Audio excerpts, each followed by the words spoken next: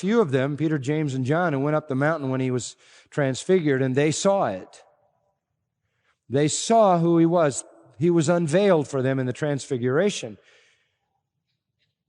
But the people in the crowd certainly didn't know who he was, and ultimately they executed him. And what did he say on the cross? Father, forgive them, for they don't know what they're doing. Why? What did he mean? They certainly don't know what they're doing, as reflected in the fact that they're doing what they're doing. They obviously don't know who I am. They didn't know who he was. They don't know who we are either. We have been loved into being God's children, and the world is clueless as to who we are. We're not on equal footing with anybody in the world in any other religious system. We have the true life of God. We have the truth. That doesn't sell well in this climate today, does it? The attitude today is that all religions are just varying options of one and the same human need, reflecting a sort of inner desire to connect with the power of the universe. But the truth is, they don't know who we are, but we are the children of God. That shouldn't make us proud. That should humble us, shouldn't it? Because the truth of the matter is, we're not any different than they are in terms of our humanness, except for the marvelous grace of God. Someday they will know who we are. That's one of the reasons I'm so committed to the millennial kingdom. Someday they're going to know who we are. When we all come back in our glorified form, we're going to be taken to glory, transformed, come back with Jesus when He sets up His kingdom. We'll reign with Him on the earth, and then the world will know who we are. That is what Romans 8 talks about as the glorious manifestation of the children of God. Our day is coming. That's one of the reasons why I'm not an amillennialist. I think there has to be vindication. There has to be a glorious manifestation of the children of God. The world will see who we are in resurrection glory. But until then, they just have to take what they get. And with a twinkle in our eye, we look at them and say, you have no idea who you're looking at. You don't know that the sovereign creator of the universe, before time began, wrote my name in His private book, that I was born as a result of His purpose, and that purpose unfolded in bringing me to the knowledge of Jesus Christ, by which knowledge I was transformed so that what I was, I am no longer, and I am a new creation in Christ Jesus. I now belong to God. The life of God is in me. God has transformed my inner man so that I am now a citizen of heaven, and I am an alien here. You talk about aliens, we're all aliens, folks, all of us. But they don't see it yet. Someday, in the glorious kingdom of Christ, they will. So our hope has these blessed features. It is guaranteed by abiding. It is manifest in righteousness. It is established by love. Fourthly, it is fulfilled in Christ-likeness. It is fulfilled in Christ-likeness. I don't know what you think about when you think about heaven.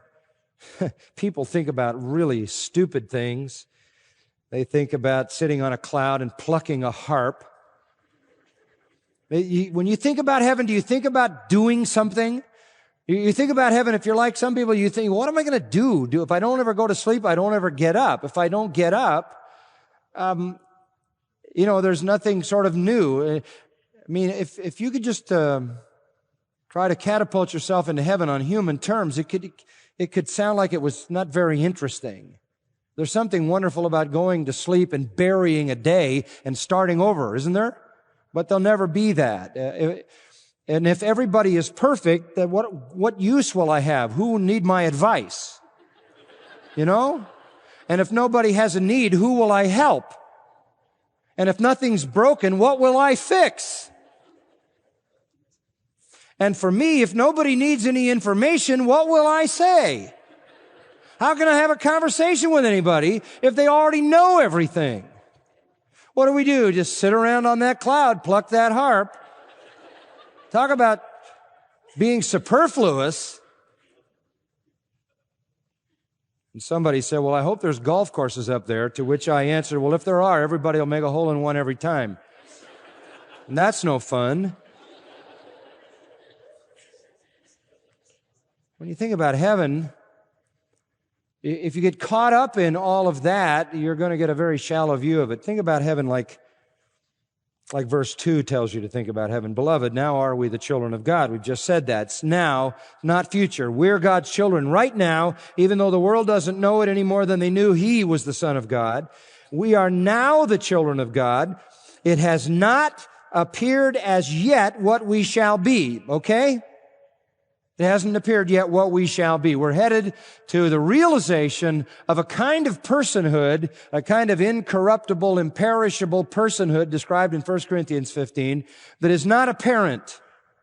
We know that, and here's the key way to view heaven, when He appears, we shall be like Him because we shall see Him just as He is. There is what makes heaven heaven.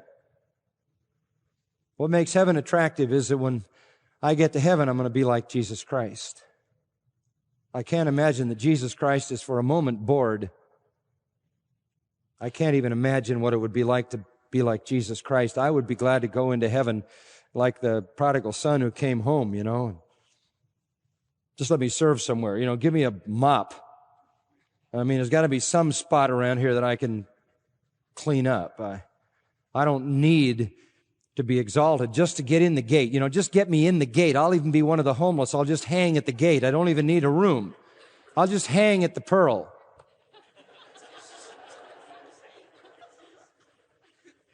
I'm glad to just be in there. What kind of magnanimity is it? No, not only are you going to get in the gate, you're going to get in the gate all the way to the Father's house, and I'm preparing a room for you, and better than that, you're going to be made like Jesus Christ.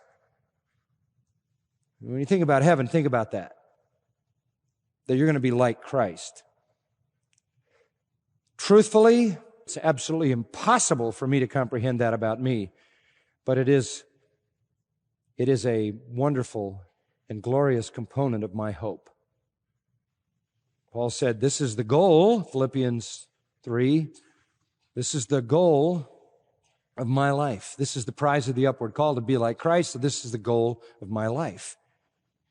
We are now the children of God. That's explicit and clear. You can go back to Romans 8, where that is delineated in verses 14 through 18. We are now, present tense, sons, children. Not yet is the full manifestation taken place. When that full manifestation does take place at His